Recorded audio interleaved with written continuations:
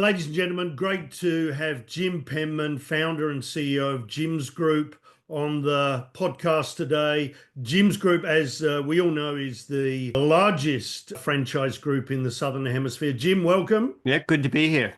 It's great. Now, look, I've got to ask you, first question, has Daniel Andrews given you a call asking for any of Jim's Group services? Not that I know of. Look, you banned him a few days ago, and I saw in the news it said backlash, and I think they had quotes from two or three people. Have you actually seen any dip in demand as a result of banning Daniel Andrews? Well, he's not exactly a big client of ours. I don't think he'd probably want to use us anyway. I didn't actually ban him. I just recommended to any franchisee or any independent contractor, considering how badly he's treated you, I encourage you not to provide service. I think it's wonderful, these restaurant owners. I mean, they're sort of hitting back. I mean, Yeah, they certainly are. treated people like dirt. He threw 100,000 plus Victorians out of work for no reason at all. No hold to device, nothing. He said 100,000 Victorians plus lose their jobs, or I might look a bit weak or politically not so good. Easy decision. Oh, So, look, let's assume he's sitting in his stately home or, the Imperial Palace in Beijing, wherever he's domiciled at the moment. He phones up and says, "Take my money." You wouldn't take his money. well, I don't work for people direct. We Yeah. probably wouldn't even know it. It just go to the system. All I can say is if any franchisee of mine was to say no to Doug Andrews, I'd say good on you. It's about time he got told. It's good to know that the damage he's done to the state and to so many people, that some people are actually fighting back.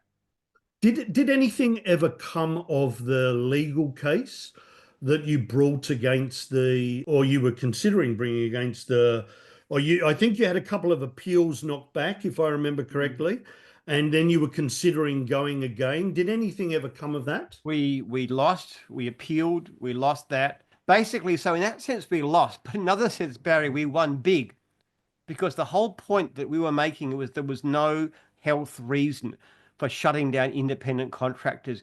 And when the only defense they've got is we say, tell us your reason for doing it. And they say, we don't have to tell you. Now, that is an admission. They had no health cases. Because if they had why wouldn't they give it? Yeah, here's a report from the chief medical officer saying risk of infection is higher as per overseas.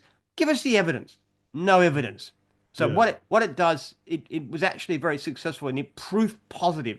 He had no health reason for doing it. It was pure mercenary politics. Well, I think globally we're seeing a little bit of a backlash against the decisions that were made at the time. And at the time, I recall I was in Victoria. I managed to escape when the first lockdown finished, but the Victorian government offered, I think it was $3,000 or something like that to sole operators. I'm not sure about the chronology, but was your media release, your open letter, was that before they offered the money to sole operators, or did Well, the this money this come was this first? was federal money, not state. The state didn't offer anything. Okay, It was okay. federal money, but it didn't replace their income, nor Yeah. the sense of purpose you get from doing your job. We get something out of what we do. We provide a service to the public. We keep their houses clean and their gardens mowed. It's a sense of purpose and meaning in life. Sitting at home waiting for federal government checks, not much of a substitute for that. Yeah, I'm going to come back to that meaning in life because you spoke about that at the franchising expo. But let's just continue that sort of COVID pandemic vein. I was having a look at the numbers for Jim's Group on May the 10th, 2018. You had 3,842 franchisees in 50 divisions. Right. In August 2021, you had 4,350 in 50 divisions. And now in 2024, your LinkedIn says that you have 5,500 franchisees still in 50 divisions. So the numbers online say that you've remained static in terms of divisions. But franchisees, you've had a 43% increase during that period, pre-pandemic, post-pandemic, and in fact, during the so-called economic downturn, the mini recession we've had. What do you attribute that to? Because if the pandemic was so bad, you as a group have grown exponentially. How do you reconcile that? Well, the pandemic wasn't particularly bad for us, apart from that 2 month lockdown in Victoria, because well, it didn't really slow us down at all.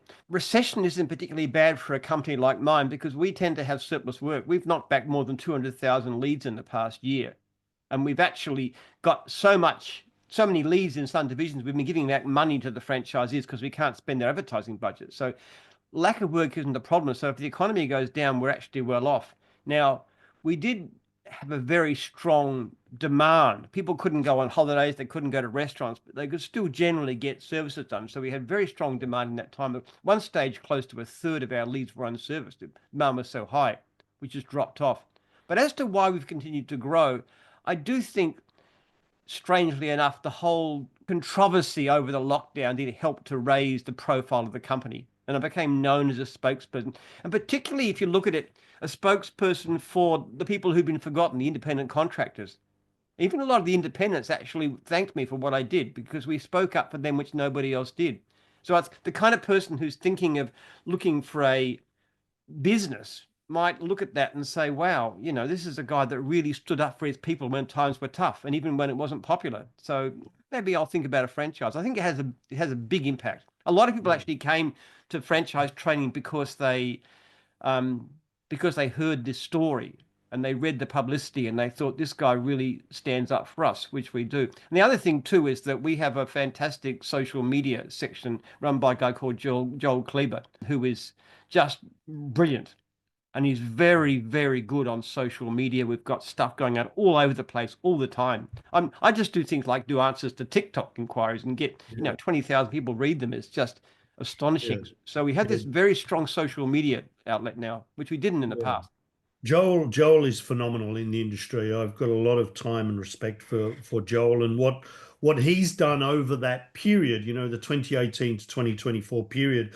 Your marketing has actually changed quite dramatically in the sort of 6.5 years. And I think that's certainly thanks to Joel Kleber and also you giving the permission to Joel to do that, but also your transparency in the way you talk and in fact how you've become a spokesperson for those who are seeking a little bit of justice. How does that make you feel, Jim? Like people are calling you a bit of a legend online and you've got your haters as well, of course, Yes, we have. online. How does There's it a lot make of Dan lovers out there still. Somehow, I you don't know how or why, but they do. Yeah. I'm not But their what does favorite that person. make you feel? I know you're a man of deep faith and you have a sense of purpose and justice, but when you see people flocking to the brand, maybe, and I would say because of your stance during COVID, how does that make you feel as a person? It's good. I mean, it's kind of embarrassing sometimes. People Mm, often come up and thank me and stuff, which is nice. But in a sense, I liked the old days when people didn't know who I was. yeah. So people had asked me what my profession was, and I'd say, well, I what my job was, and I'd say, well, I have a business that organizes cleaning and gardening or something like that. So I would never admit it. And if I Yeah. wasn't wearing my uniform, they wouldn't know. Or even if I was, they wouldn't know it was me. So I kind of missed that anonymity in a way. But Yeah. look, it's part of my job. To be honest, I'm not particularly good at doing a lot of things. I'm not a very good manager or not a very good with figures or a whole heap of stuff. Not very good at IT. So speaking out is one of the very few things I can do. Yeah, I remember, 6 years ago, people online were saying, is there really a Jim? But I think everyone fundamentally knows who Jim is now. Yeah, well, actually, I went to a wedding the other day, and the father of the bride spoke to me and said, "Oh, what's your job? Are you a lawyer?" That was so he didn't know. So I just told him, "Oh, yeah, I have this cleaning gardening company." It's funny. I was just reading a book by Eric Idle from Monty Python, and he said the only good thing about fame is you can get a table in restaurants. Do you find that? Well, Barry, the kind of restaurants I go to, there's not normally a waiting list. Yeah, you are a very Local pizza joint's good for me, and they have a good fish and vegetables, something healthy, and it's not too it's quiet. I'm not really an aficionado of the upscale places. You know, You are a very to me, frugal 25 man. bucks a meal is a really good feed. That's what I want. Let's go back to those unserviced leads. So 200,000 unserviced leads. I remember back when Go Blitz started, right at the start, and it's had a few names, but there were 104,000. The leads have actually doubled, the unserviced leads have doubled.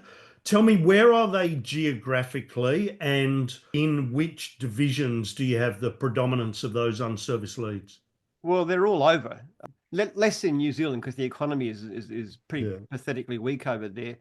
It depends more on the division. So there's some divisions that tend to be very over lead. Like one is fencing, probably the extreme. At one stage, we were knocking back 60% of fencing leads to the extent that we're even starting up our own fencing franchise these days to try and employ people direct to yeah, just to train them and get them going. There's so much work.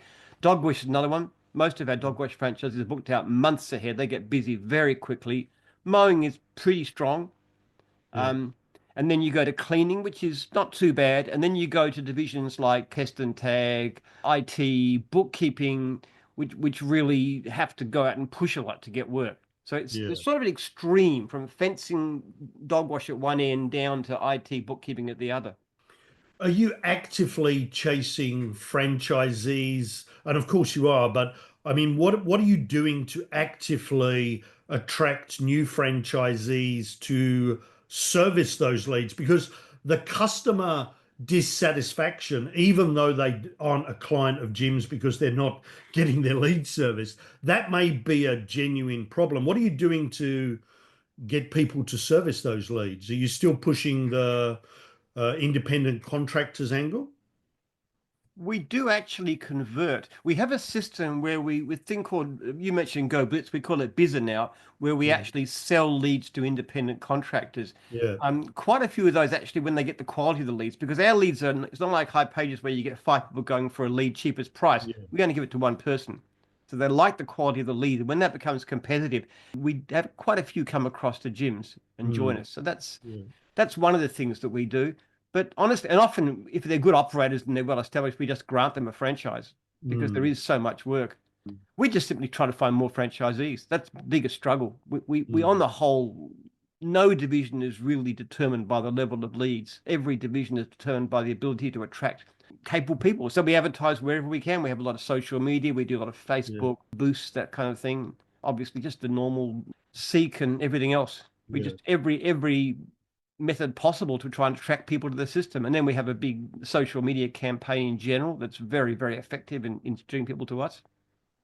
How many franchisee applicants do you actually reject? Because I remember at training, I saw one person out of an auditorium full of potential applicants. One person decided not to join, but everyone else was just gung ho for the system. You're still not getting enough in. But how many do you actually reject at the moment? Do you reject any? Oh yes, yes, but not at the stage of training. We occasionally knock back a person for training. For example, we had one of the things I'll always ask the staff at the conference center is anybody being rude or difficult? That's Yeah, a really bad sign. Or yeah, we had one particular person who was made improper advances towards female staff. So you look for that sort of thing, but generally the screening is done earlier. So, mm, for example, if you've got somebody who comes up and it's clear that the mother or the father is buying a job for their, early 20s son who can't find a job, that's a sort of a complete red flag. yeah, But franchise also do that quite early in the process. We mm, also put them out on the road too. We get an opinion of them from the franchisees who are there with trainers and say, are they good? Do they have a good attitude? Do they listen? Do they learn? yeah. Yeah. Okay. So it's done in advance of training. So let's just go back to some of those divisions that you mentioned. You've been in the media a little bit recently with some disgruntled divisions or some challenges with dog wash and handyman. How's that going? I mean, I know you've come to an arrangement with the franchisees in dog wash, but what's happening with that? Can you talk about those two divisions? First of all, yes, there's a genuine issue in that the person who was selling the franchises for dog wash. We have a system in dog wash where we own the trailers and we Yeah, basically assign them yeah, and as part of the deal. And then they can sell it, including the right to it, but they don't own the trailers. Now, what we discovered is that the person who was selling the franchises for dog wash was telling people they would come to own the trailer, yeah, which is an obvious lie, and it's completely not so in any of our documentation. It's in the contract, disclosure, everything. It's all clear yeah, that we own them. But she told them that. So we said, look, we have to accept that she was saying that. There was no written evidence, but we had to accept it. I was told, legally speaking, they had no case, but yeah, morally speaking, they had a case. So what I mm, said to them is, okay, here's your two options. First of all, if you truly believe the trailer should be yours, would be yours, we'll give it to you. Okay, we'll yeah, pass it across to you. All you got to do is to pay $5,000 to for us to waive the trailer trade, because it's normally because they want to go independent to do it.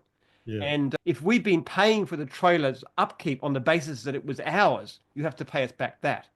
yeah, So once they paid that back, then we just assigned the trailer to them. And the other option was people who wanted to keep on, we just say, look, as an apology, we'll give you 6 months free, yeah, which is worth about, $5,000, no fees. And if you ever want to sell, we won't take any resale commission, which is about 20%. So that will yeah. save them about another $10,000, $15,000.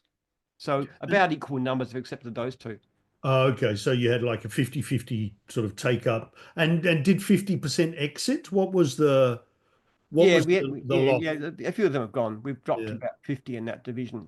yeah, We had about 270, down to about 220 at last. yeah, But yeah, we're signing new people, so I don't think it's going to go much beyond that. Look, it yeah, was terrible situation. I think the articles themselves were, I mean, that was a genuine issue and yeah, had to be faced. And I think we did a fair enough thing about it. You can't really claim it. I mean, if you're going to be yours anyway, well, then we've treated it as if it was yours. yeah, But the articles themselves were the thing about it is what this journalist did is she looks at franchisees who are doing poorly and says, "Oh, misery, misery! It's so bad. Can't pay my fees." What you got to think about that is the fact that some franchisees will fail. We know that. Something like 9% of franchisees, based on our polling, report poor income. About 50, bit over 50% good. The rest is satisfactory, okay. But you can point to those ones and you can say, hey, there's some real sad cases there. But what the point of it is to, if that had gone into business any other way, would they have been better off? Well, figures show that, for example, of people who go into independent business of any kind, like service business, like cleaning, mowing, those kind of things, between 90 and 95% will be gone in the first year. They don't yeah, last. These yeah, are easily available figures. Now, our figure is like 12%. And the chance of making good income if you go into it by yourself is much, much lower. If you go into any other franchise system in Australia, I'll be absolutely confident that anybody else does far worse than us. And we know that because we've had one particular guy go to one of our competitors because he didn't know his franchisor, got such terrible service, he decided to come back and bring in one of the other franchises with him. But we know we do better than independents. We know better than any of our competitors by far. So what does the article say except that some people go into business and they'll fail, even with the best support possible? Hmm.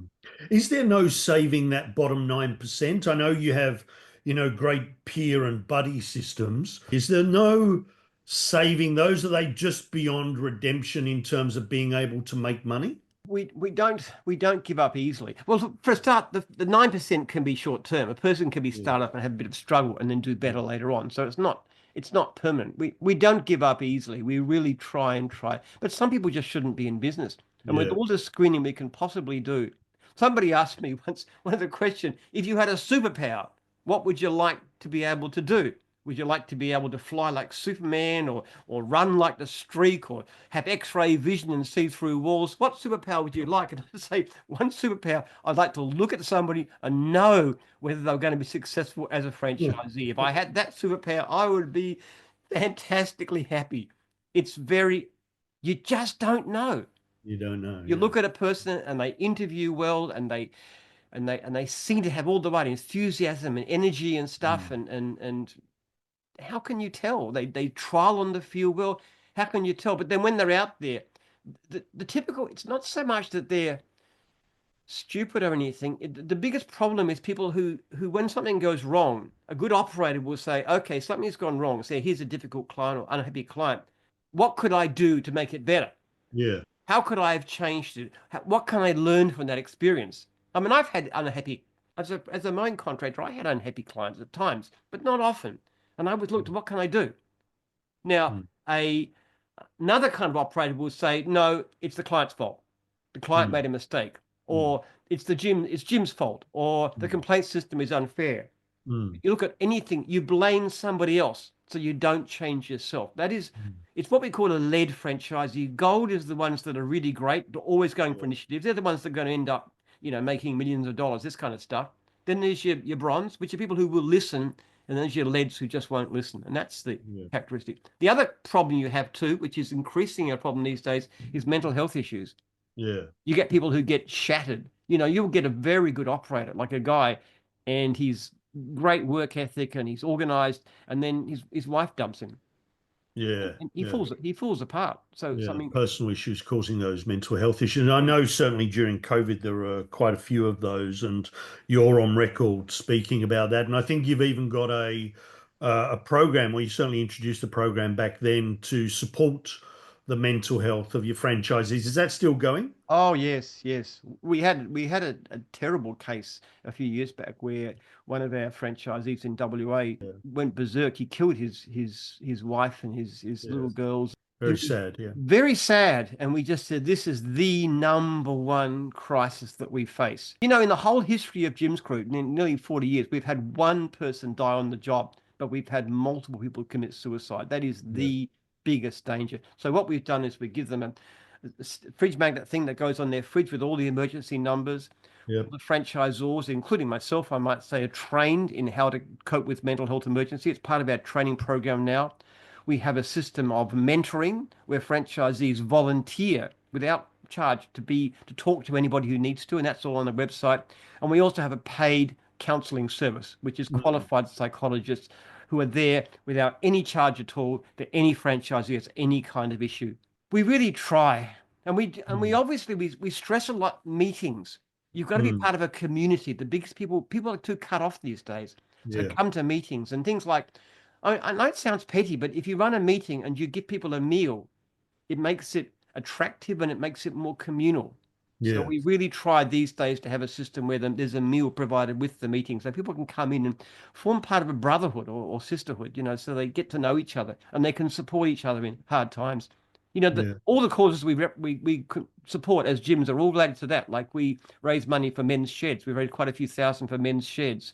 Beyond Blue, those kinds of Yeah. organizations, particularly mental health for men, because we Yeah. see it all the time. And we come across it so often. It's so tragic. But what do you do? Yeah. Let's just go back to that other disgruntled division, which was handyman, if I remember correctly. What's the situation with that division at the moment? Are you working through the negotiations?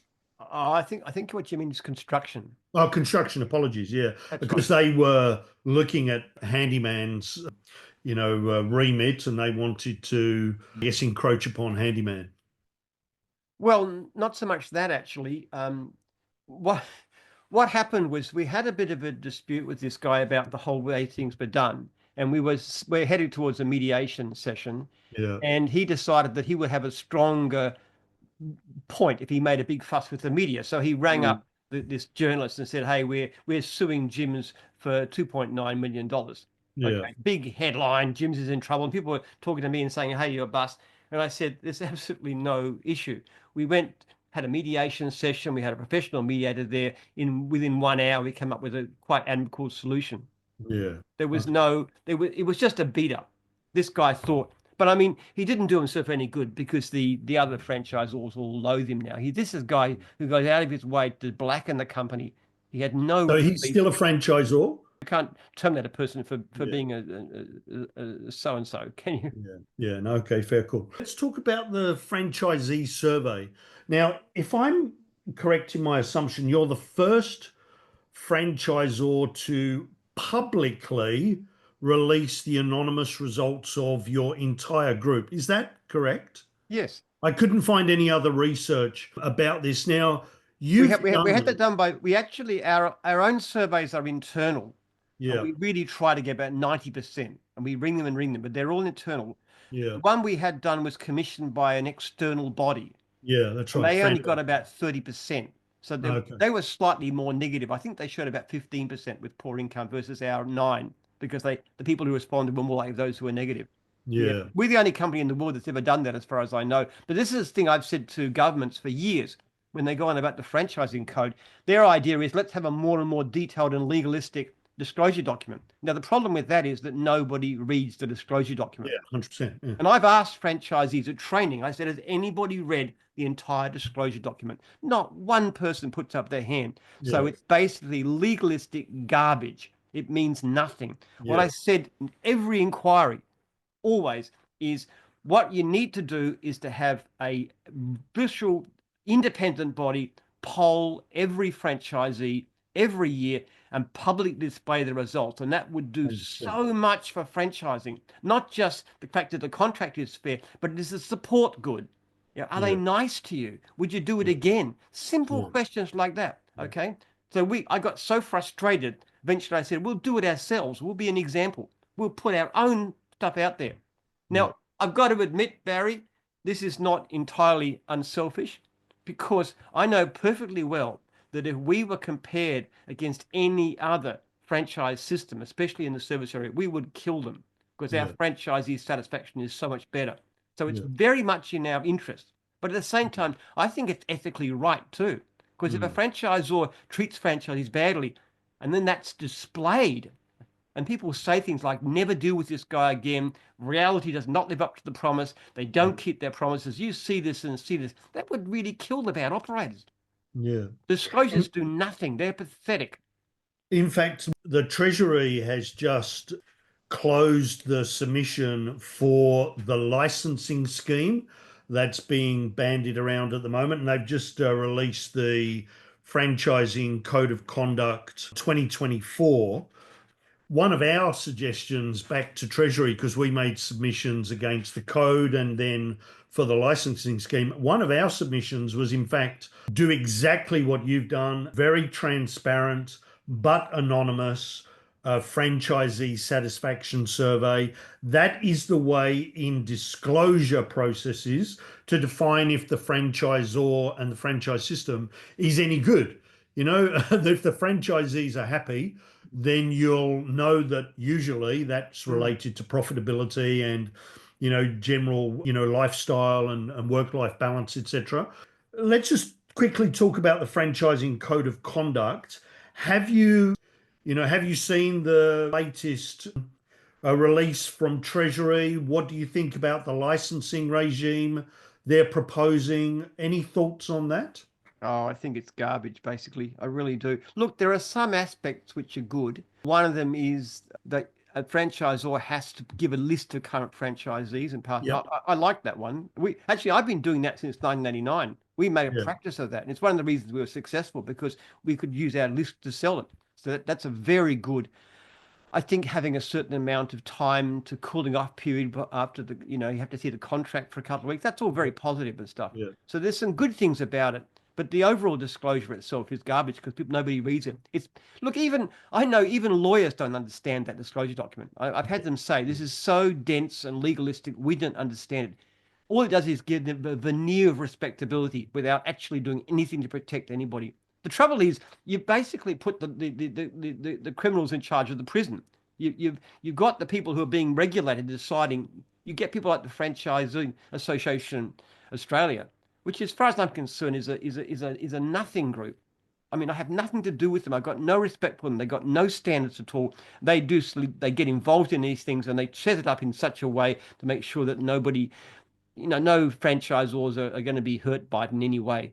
I can see what's going on. It's a bit So are like you having the talking drug about the companies French? decide drugs like they do in America. You Yeah. have the drug companies decide what drugs should be sold and at what price and stuff. I mean, that's just terrible. So are you talking about the Franchise Council or the Franchisee Association? Because The Franchise Council of Australia, the FCA, yeah, yeah. The yeah, franchisees are different. I get on well with those guys. We're on the yeah. same team, and Yeah. they don't have any respect for this code either. Yeah, it's really interesting. The proposal for the new disclosure document, there were five key areas. There was the removal of the fact sheet, integration of some aspects of the Fair Work. There was more detail around franchisee contact. So that list of franchisees, you're talking about capturing all of their details, not just a physical address. Significant capital expenditure, the timing and the amounts required during the term of the franchise agreement. And the last one was the replacement of the marketing fund with the new name of the specific purpose fund. So, there's various funds now, they're all lumped into specific purpose funds. So, some of those I think are good in terms of, having the actual contact details of franchisees available. I think that's great. The capital expenditure, I think that's great.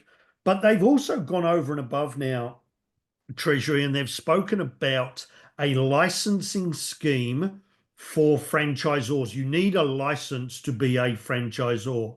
What do you think of that? Well, licensing schemes are generally a terrible idea. What they tend to do is actually favor big companies like ours, honestly. Mm. They favor the incumbents. They make it difficult for new people to come through. So it's Yeah, anti-competitive. They've done studies in America where they actually have different licensing regimes for different professions, like even cosmetics and this kind of stuff, yeah, stupid things. Some states will have them and some don't. And there's a very, very distinct, if you have a licensing system in place, you're going to have two things happen consistently. First of all, you're going to get higher prices, and secondly, you're going to get worse service. So licensing as such is a terrible idea. mm, Franchisors ought to be held responsible, not by some bureaucratic nightmare thing to go through. We can handle it well. We've got in-house lawyers, for heaven's sake. It's easy for us. But it's very anti-competitive. Franchisors need to be held responsible for the service they give their franchisees. How do we give great customer service at gyms? The best thing we've ever done is we record complaints and then we survey customers and we yeah, feed that back. We ask the customers, are they happy? And then you look at the people. Most of our people do very well. We look at those who don't, and we put a lot of pressure on them to do better. And as we've done that, the actual lead volume has driven dramatically. yeah, That's franchising is the same thing. Basically, you should ask the franchisees. There's no other substitute. Look, some things are sensible, like, for example, marketing. Now, the marketing should be separate. You can't put marketing for franchisees in the same basket as marketing for clients, because yeah, marketing for clients is for the franchisee's benefit. yeah, So that is sensible, and it's sensible to be audited. There are some things in it which do make reasonable sense. They just don't go nearly far enough. There are some really nasty, exploitative people out there. They can go through all the legal machinations like, and they can still give a lousy service. It really makes me angry. We've got a, mm, a, a legal service, Jim's Legal now, which we're starting to do yeah. quite well. But one of the things I'd really like to do is to represent franchisees against rip-off franchisors. Yeah, well, there's a little bit of that going on in industry, which we won't talk about at the moment. But I just want to come back to that licensing scheme. The licensing scheme, I think you're right. It's a grab for cash in my mind because you're going to have to pay for a license. That favors the larger Mm. franchisors with legal teams like yourselves that can fend off any sort of claims, and it disfavors the smaller startups. But I actually see the franchising industry as broader than just the franchisors and franchisees. There are the consultants that help set up, franchise systems. There are the lawyers in the middle that help with franchise agreements. And I think you mentioned something about lawyers earlier, not understanding disclosure documents. But I actually think that a lot of the lawyers in industry, and I'll be criticised for this comment, but they don't actually understand the practical, strategic, commercial implications of some of the decisions or even some of the legalese that are in some of these documents. So I No, they think, don't. They don't, Barry. You're quite right. I look. I had one particular case where a lawyer knocked back a franchise.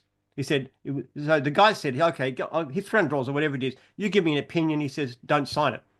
Now, why was that? Why did you say that? What's wrong with the contract? Oh, no, no. I'm just against franchising in general.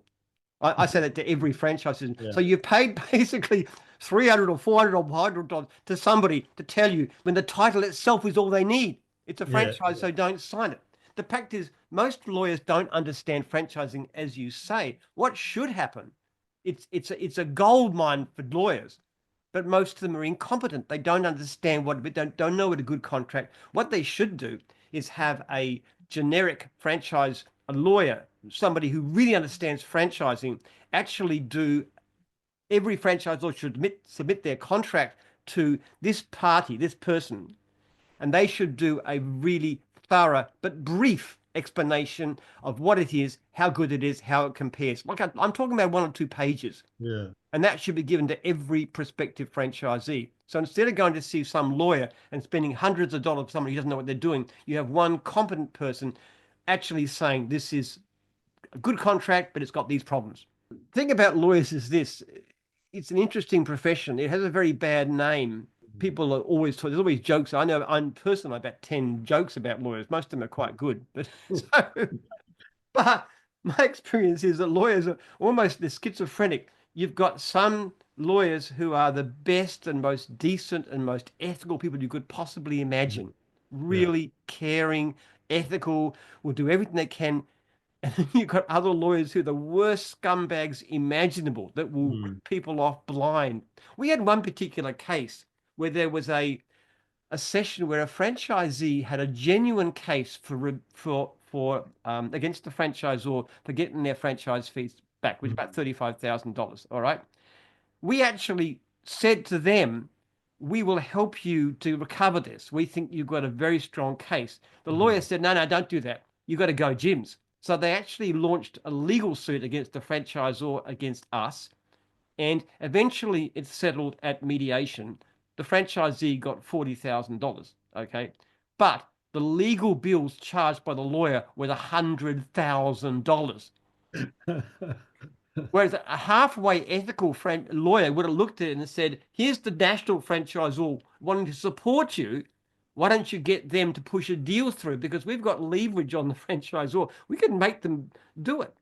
It would have cost them maybe $2,000 or $3,000 to do it right. They spent $100,000. Yeah. And that's tragic. And you know why it's even worse? Because the franchisee had actually died, and it was their husband who was trying to get the money, the widower, to try and support his family. But this Yeah. lawyer ripped them off blind. This didn't go to court. This settled at the first mediation, the first, and it settled Unbelievable. in about 2 hours. So he fundamentally stole their watch and told them the time. It, It's it, it crazy. was a shocker. I can remember that. I was actually on mobile phone. It was up in Cairns or somewhere, and I was doing it. It wasn't a hard case. They had a very Yeah. strong case, but the lawyer was just. I was just shocked and appalled when I heard that. How can any human being do that to a struggling family? To Yeah. charge them $100,000 for a case that hadn't even. There's not even a formal submission to the court. Yeah. And It's they must woeful. have known that they had no real prospect of getting that kind of money back. Yeah. Yeah. It's woeful. It's woeful. And I think, as you say, the lawyers that don't necessarily understand the franchising system or the legal arrangements, they're the worst because they're ignorant and unethical in this case. Let's just quickly talk about new franchisors. Let's assume, we've got clients who have a great corporate business. They're looking at expanding through franchising. What would your advice be to someone who's already got a great corporate business? Maybe they're struggling to manage the HR of multi-site, stores or mobile units, vans and what have you. Maybe they don't have the funds to expand nationally through their own sort of stores or vans, and they're looking at franchising. What would your advice be to them?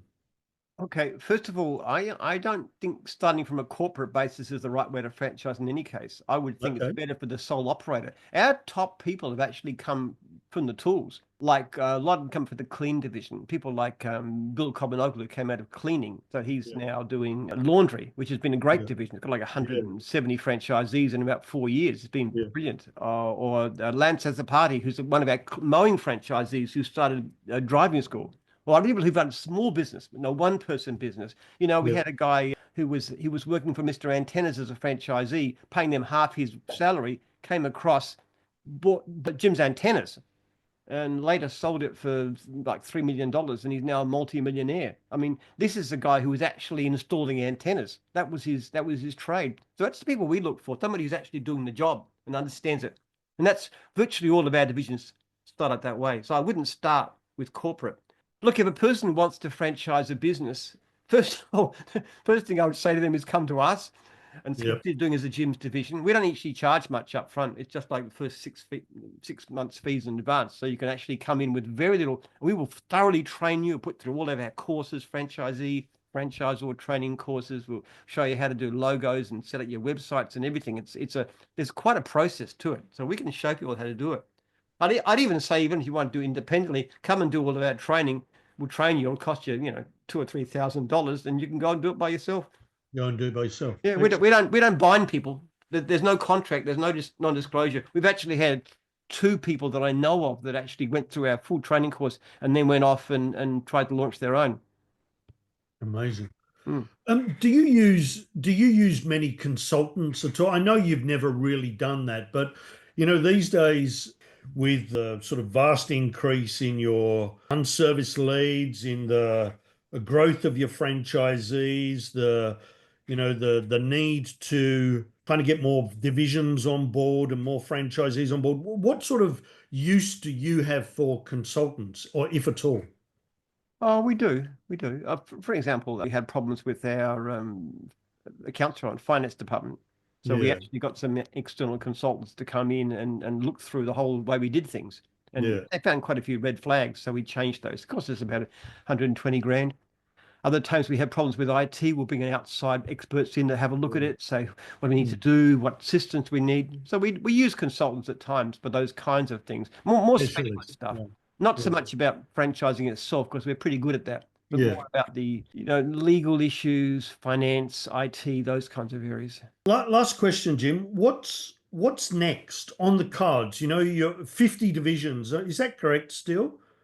It's probably a bit less actually now. If a division doesn't work well, we tend to let it die. We had Okay. pet patrol at one stage, for example, which we couldn't we just couldn't find enough work. That's things like walking dogs and picking up Yeah, food and stuff like this. So it didn't work. So we actually arranged for the franchisees to get transferred to dog wash or cleaning or something. yeah, yeah. So we will shut a division down if we can't. We often transfer people between divisions. So if something's not working, okay, what about doing something different instead? And we just transfer them across. So you're near 50 divisions. What's next? I mean, is there any segment that you want to franchise, but you just haven't been able to? We'd love to be more in the medical area. We're Yeah, talking to people about doctors, that kind of thing, health. I'm very keen on health. So yeah, we'd love to do things like health consultants or personal trainers, or not site-based, but more service-based, or mm, locum doctors to people yep, in their homes, that sort of mm, thing. That anything in that area, like hearing tests and so forth, yeah, or eyes, or anything, those kinds of areas, we would love to be in that area. I'm a mm, passion for health. I'm yeah, really very keen on being healthy, exercise and good diet and stuff. Actually, one of the most exciting things we're doing right now is a thing called Jim's Healthy, where we're actually getting packaged food for delivery to supermarkets and also independently or through vending machines. And I'm not a much of a cook myself. My wife is wonderful, but she works yeah, very hard. So I like packaged food, but you go to the supermarket or wherever, and different services, and they don't meet my standards. So we're actually developing a line of packaged food, which is 4.5 stars minimum. The health rating out of 5, yeah, and yeah, also has 2.5 serves of vegetables in every pack, because the recommendation is you get 5 serves of veggies a day and 2 of yeah, fruit. That's your diet. Something like yeah, 7% of Australians actually have that as a diet. So I'd mm, like to produce a food that I would want to live off myself. yeah. Tasty food that really meets full health guidelines. And that's going to be launched early next year. That's really exciting stuff. Wow, that's about to be launched next year, and Yeah. that's a division. Well, it's actually run by National Office. Oh, okay, I see. We've got a company in Western Australia that does it all. They're the ones that do the packaging. A lot of these ones for Woolworths and Coles. So Yeah, we've got them doing. There's a lot of legalism about it. You've got to get the. It's very carefully controlled. I mean, the yeah, health rating system's good actually. It's one of the few things the government do that I really approve of. yeah. So that's exciting actually, because health is a really big thing. So many people suffer from poor health, and it makes them miserable, and it makes them sick, and it makes them die early. Yeah. Well, actually, there was another question I wanted to ask before we close. Biohistory. Is there going to be another update of biohistory in the near future? What we're actually doing is producing a book. It's called The Baby Bust, which is about collapsing fertility Yeah. around what's happened to it, what's gone wrong, and how to fix it. And I've got a solution based on epigenetics, based on the science. We're running a Yeah. research program now, which is looking for a way of changing character in a way that helps people to live happier and healthier lives, which would include things like having a more, sustainable birth rate. So that's very Yeah. exciting. It's actually changing as we're developing ideas of actually changing. A lot of what's in biohistory is now obsolete. Like, for example, I talked about things like testosterone. We've now come to understand it's more like dopamine receptors and so forth. So we're Yeah. doing a whole lot of experiments early next year, which we're looking at these kinds of things, the effect of food restriction and so forth on dopamine receptors, the way that the brain responds to dopamine. It's a fascinating topic, and there's a lot of really good research going. It's actually we've got to the stage where the science is now sufficiently advanced that Mm. cures become quite feasible. Like Mm. CRISPR has advanced so fast. Yeah. It's a precise tool to edit epigenetics and the genes so that you can make precise changes to what's going on. So you should actually be able to solve these kinds of issues and a whole lot of mental health and other issues too with the better understanding. And technology is getting really close to the stage where you can effectively use CRISPR to make very targeted changes. And are you going to publish that research next year? Yes, yes, we will. Excellent. We're doing a whole So, lot of my research team's done about 20 or 30 papers. I don't even numbers so far, but there's a lot going on in the next 6 months. We're just doing some very, very big studies and systematic studies. I mean, I've got more money than I had in the past. When I started 10 years ago, I only had about $250,000 a year. We're now yeah. spending well over $3 million a year Wow. on the research project. So we've got some really exciting things going on. So within the next 6 months, the book itself is being written, but it won't be released until late next year because we really want to get all these research findings in first. Excellent. Exciting 2025 ahead for Jim's Oh, group. yes. Yes. Yeah. That's It's great. So exciting. Jim's Healthy, did you call it? Jim's That's healthy. being launched. Yes. We've got the research coming through, Yep.